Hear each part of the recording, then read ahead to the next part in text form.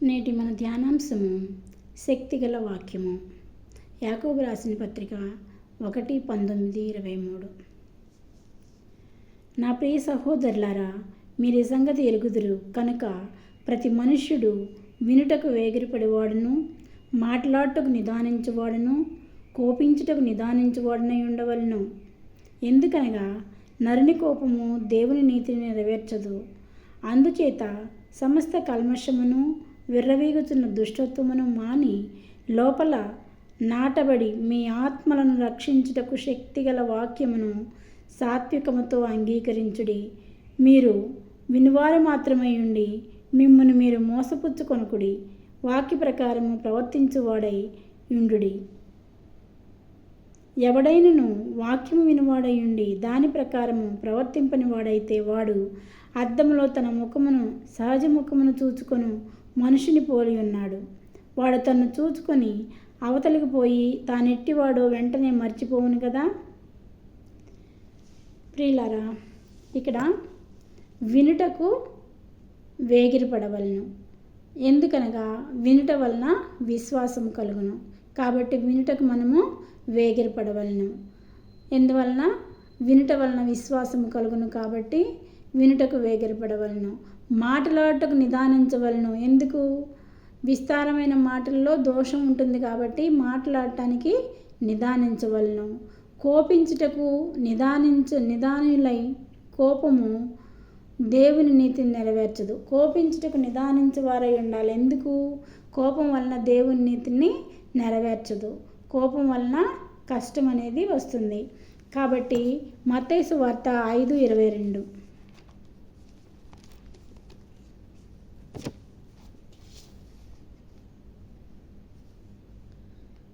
నేను మీతో చెప్పినదేమనగా, తన సహోదరుని మీద కోపపడు ప్రతివాడు విమర్శకు లోనగును. ఎవరి మీదైనా కోపపడితే వాడు విమర్శకు లోనగును. తన సహోదరుని చూసి వ్యర్థుడా అని చెప్పువాడు మహాసభకు లోనగును. ద్రోహి అని చెప్పువాడు నరకాగ్నికి లోనగును. కావున నీవు బలిపీఠం వద్ద అర్పణం నర్పించుచుండగా నీ మీద నీ సహోదరునికి విరోధం ఏమైనా కలదని అక్కడ నీకు జ్ఞాపకం వచ్చిన ఎడల అక్కడ బలిపీఠమును వెంటనే నీ అర్పణ విడిచిపెట్టి మొదట వెళ్ళి నీ సహోదరునితో సమాధానపడుము. అటు తర్వాత వచ్చి నీ అర్పణమును అర్పించము.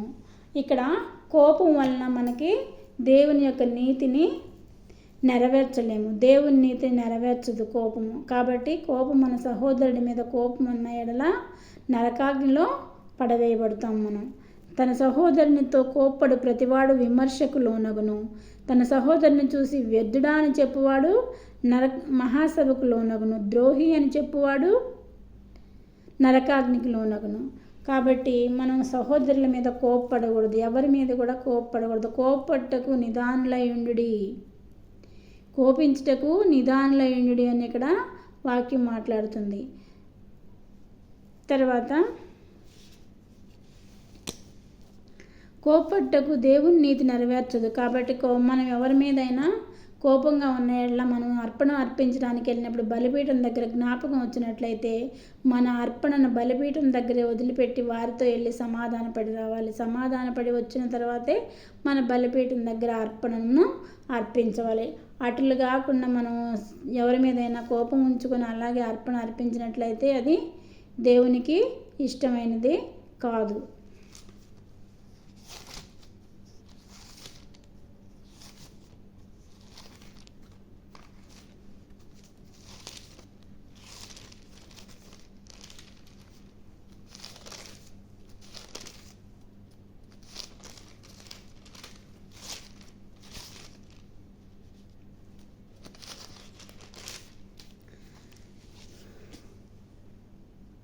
అందుచేత సమస్త కల్మషమును, విర్రవీగుచున్న దుష్టత్వమును మాని లోపల నాటబడి మీ ఆత్మను రక్షించుటకు శక్తిగల వాక్యమును సాత్వికంతో అంగీకరించుడి.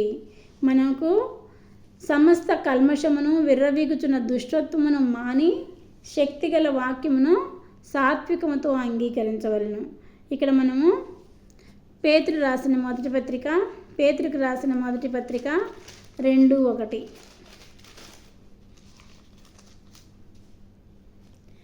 ప్రభువు దయాళుడని మీరు రుచి చూచిన ఎడల సమస్తమైన దుష్టత్వమును, సమస్తమైన కపటమును, వేషధారణను, అసూయను, సమస్త దూషణ మాటలను మాని క్రొత్తగా జన్మించిన శిశువును పోలిన వారై నిర్మలమైన మా వాక్యమును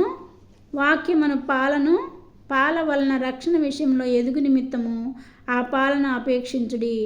వాక్యం అనే పాలన అపేక్షించి మనలో ఉన్న సమస్త దుర్నీతిని యేసు ప్రభువుని రుచి చూచి ఎరిగిన ఎడల, ప్రభువు దయాళుడని మీరు రుచి చూచి ఎరిగిన ఎడల సమస్తమైన దుష్టత్వమును, సమస్తమైన కపటమును, వేషధారణ, కపటము, దుష్టత్వము, అసూయ, సమస్త దూషణ మాటలు, మనం తిట్టుకుంటూ ఉంటాం కదా పోట్లాటలు వచ్చినప్పుడు, అలాంటి తిట్టడము, సమస్త దూషణ మాటలు మాని క్రొత్తగా జన్మించిన శిశువు వలె పోలిన వారై. క్రొత్తగా జన్మించిన శిశువు ఎంత నిర్మలంగా ఉంటుంది, పసిపిల్లలు ఎంతో నిర్మలంగా ఉంటారు, అంత నిర్మలంగా ఉండాలి మనం.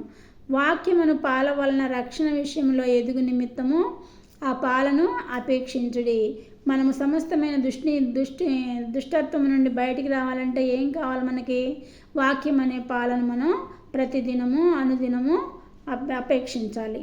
మనం వాక్యం అనే పాలన అపేక్షించినట్లయితే, దాన్ని తాగుతూ ఉన్నట్లయితే, లేదు చదువుతూ ఉన్నట్లయితే మనకి ఈ సమస్తమైన దుర్నీతి నుండి మనము బయటపడగలుగుతాము.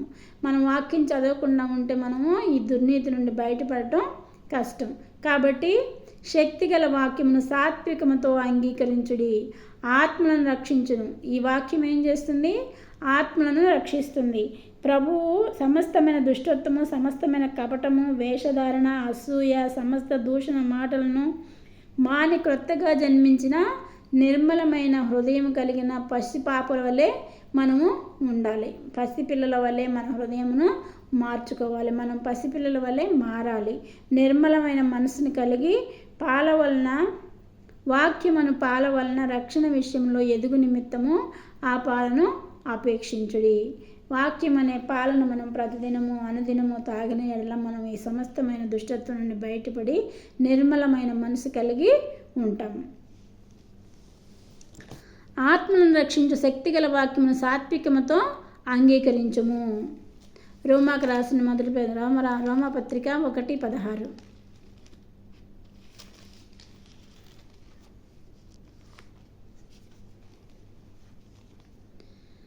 సువార్తను గూర్చి నేను సిగ్గుపడవాడును కాను. ఏలయనగా నమ్ము ప్రతివానికి మొదట యూదునికి, గ్రీసు దేశస్థునికి కూడా రక్షణ కలుగచేయుటకు అది దేవుని శక్తి అయి ఉన్నది.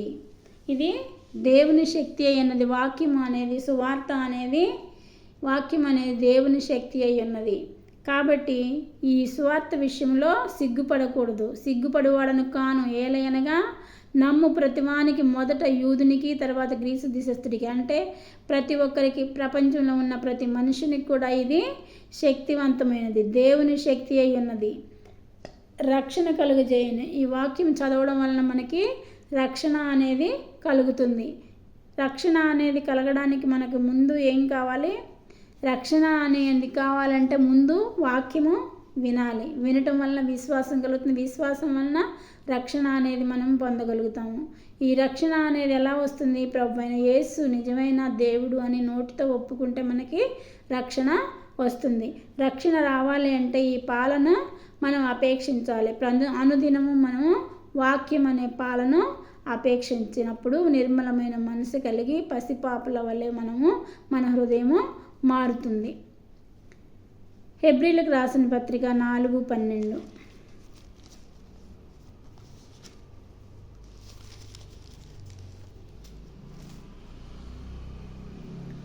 ఎందుకనగా దేవుని వాక్యము సజీవమై బలము గలదై రెండంచులు గల ఎటువంటి ఖడ్గము కంటెను వాడిగా ఉండి ప్రాణాత్మలను, కీళ్లను, మూలుగును విభజించునంత మట్టుకు దూరుచు హృదయం యొక్క తలంపులను, ఆలోచనలను శోధించుచున్నది. ఇక్కడ ఈ వాక్యము సజీవమైనది, బలము గలదై రెండంచుల ఖడ్గము వంటి, రెండంచుల గల యొక్క ఎటువంటి ఖడ్గము కంటను వాడిగా ఉండెను. రెండంచుల ఖడ్గము అంటే రెండు వైపులా పదునున్న ఖడ్గము వంటి దానికంటే వాడి అయినది ఈ వాక్యము. ఈ రెండంచులు కలిగిన ఖడ్గం ఉందనుకోండి, ఆ ఖడ్గం మీద మనిషి పడినా మనిషే చనిపోతాడు. అదే ఖడ్గం వచ్చి మనిషి మీద పడినా మనిషే తుత్తినీళ్ళు అవుతారు. కాబట్టి ఈ వాక్యంతో జాగ్రత్తగా ఉండాలి. మనం రోజు పాలు ఈ వాక్యం అనబడే పాలను అపేక్షించినట్లయితే సమస్త దుర్నీతి నుండి మనము బయటికి రాగలుగుతాము. దుష్టత్వం నుండి మానివేసి మంచి లక్షణం కలిగిన నిర్మలమైన మనసు కలిగిన వారిగా మనము జీవించగలుగుతాము. రెండంచులు గల ఖడ్గము ఎంత శక్తివంతమైనదంటే ప్రాణాత్మలను కీళ్లను మూలుగును విభజించినంత మట్టుకు దూరుచు. ప్రాణాత్మలను విభజించుమట్టుకు దూరుచు ఈ కత్తి మన హృదయం యొక్క తలంపులను ఆలోచనలను శోధించున్నది. మన హృదయం లోపలికి చొచ్చుకొని పోయి ఈ ఖడ్గము అంటే వాక్యము, ఈ రెండంచులు గల ఖడ్గము వాడి అయిన ఖడ్గమైన వాక్యము మన హృదయంలోనికి చొచ్చుకొని పోయి మన తలంపులను మన ఆలోచనలను శోధించుచున్నది. మనకి ఎలాంటి తప్పు ఆలోచనలు వచ్చినా ఈ వాక్యం అనే పాలను మనం అపేక్షించినట్లయితే ఆ చెడ్డ ఆలోచనలు రాకుండా మనల్ని దుష్టత్వం నుండి కాపాడుతుంది.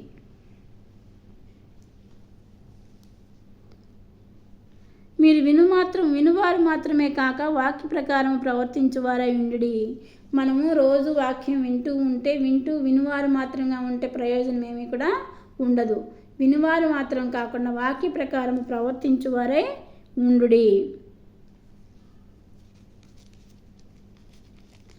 వినువాడు మాత్రమే కాక వాక్య ప్రకారం ప్రవర్తించిన వాడు అద్దంలో తన ముఖము వినువాడు మాత్రమై ఉండి వాక్యానుసారంగా ప్రవర్తించకుండా ఉన్నవాడు ఎలా ఉంటాడంట, అద్దంలో తన ముఖమును చూచుకొని అవతలికి పోయి తానెట్టివాడిన మర్చిపోవును కదా. అద్దంలో తన ముఖమును చూసుకొని తర్వాత అటుపోగానే మర్చిపోతారు, వాళ్ళు ఎలా ఉన్నారో తన ముఖాన్ని మర్చిపోతారు. అలాగే మనం కూడా ఈ వాక్యంను చదివి దాన్ని అనుసరించకపోతే మనం కూడా వారితో సమానం అయిపోతాం. మన ముఖం ఎలా ఉందో మనకు తెలియని రీతిగానే వాక్యం అనేది వినడము, దాన్ని అనుసరించకుండా ఉన్నట్లయితే ప్రయోజనం ఏమీ కూడా ఉండదు. విని దాన్ని అనుసరించినట్లయితే మనకి రక్షణ వస్తుంది. రక్షణ వచ్చినప్పుడు మనకి రక్షణ పొందిన తర్వాత బాప్తీసం తీసుకొని మనం రక్షణలోకి నడిచిన తర్వాత ప్రభువైన యేసు రెండో రాకడ వరకు వచ్చే వరకు మనము నిరంతరము ప్రభువైన యేసు సేవలో ఈ వాక్యం అనే పాలన తాగుతూ వాక్యం అనే పాలనని అపేక్షిస్తూ మనము సత్యములో నడుస్తూ ఈ యొక్క సమస్త దుర్నీతి నుండి బయటపడాలి. ఈ సమస్త దుర్నీతి నుండి బయటపడినప్పుడే మన ఆత్మకు రక్షణ అనేది కలుగుతుంది. మన ఆత్మకు రక్షణ కలగాలంటే సమస్తమైన దుర్నీతి నుండి బయటపడాలంటే ఏం చేయాలి? వాక్యం అనే పాలను ప్రతిరోజు అపేక్షించి తీసుకోవాలి. అట్లు కాక ఆత్మను రక్షించు శక్తిగల వాక్యమును అంగీకరించి నీవు రక్షణ పొందు అనేక మందిని రక్షణలోకి నడుపుము. అనేక మందిని రక్షణలోకి నడిపిన వాళ్ళు జ్యోతుల వలె వెలుగుతారు. ఆకాశంలో జ్యోతుల వలె వెలుగుతారు. అనేక మందిని ప్రభువైన యేసు మార్గంలోకి నడిపించిన వాళ్ళు సూర్యుని వలె నక్షత్రం వలె నిరంతరము ప్రకాశిస్తారు. అట్టి భాగ్యం మనందరికీ దేవుడు అనుగ్రహించాలని ఈ చిన్న వాక్యం ముగిస్తున్నాను. చిన్న ప్రార్థన చేసుకున్నాను. సర్వశక్తి మిక్కిలి కృప కలిగిన ఘనమైన యేసురాజు మీ పాదములకు స్తుతులు స్తోత్రములు. ఇప్పుడు విత్తనములను ప్రభా మీరు మంచి నేల మీద పడి పొదనైన నేలలో పడి ప్రభా ప్రతి ఒక్క హృదయంలో ప్రభా నాటబడిన ఆయన నీ వాక్యానుసారంగా జీవించే భాగ్యం మాకు అనుగ్రహించండి తండ్రి. యేసయ్య వాక్యం అనే పాలన ప్రతిరోజు మేము అపేక్షించినట్లుగా మా హృదయాలను మీ వైపుకు త్రిప్పుకొనండి ప్రభా. యేసయ్య మీకు వందనాలు స్తోత్రాలు. మీ కృపాక్షములు మాకు తోడుగా ఉంచమని మా ప్రభును ప్రియకుమారుడైన యేసుక్రీస్తు నామమున అడుగుచున్నాను తండ్రి. ఆమెన్.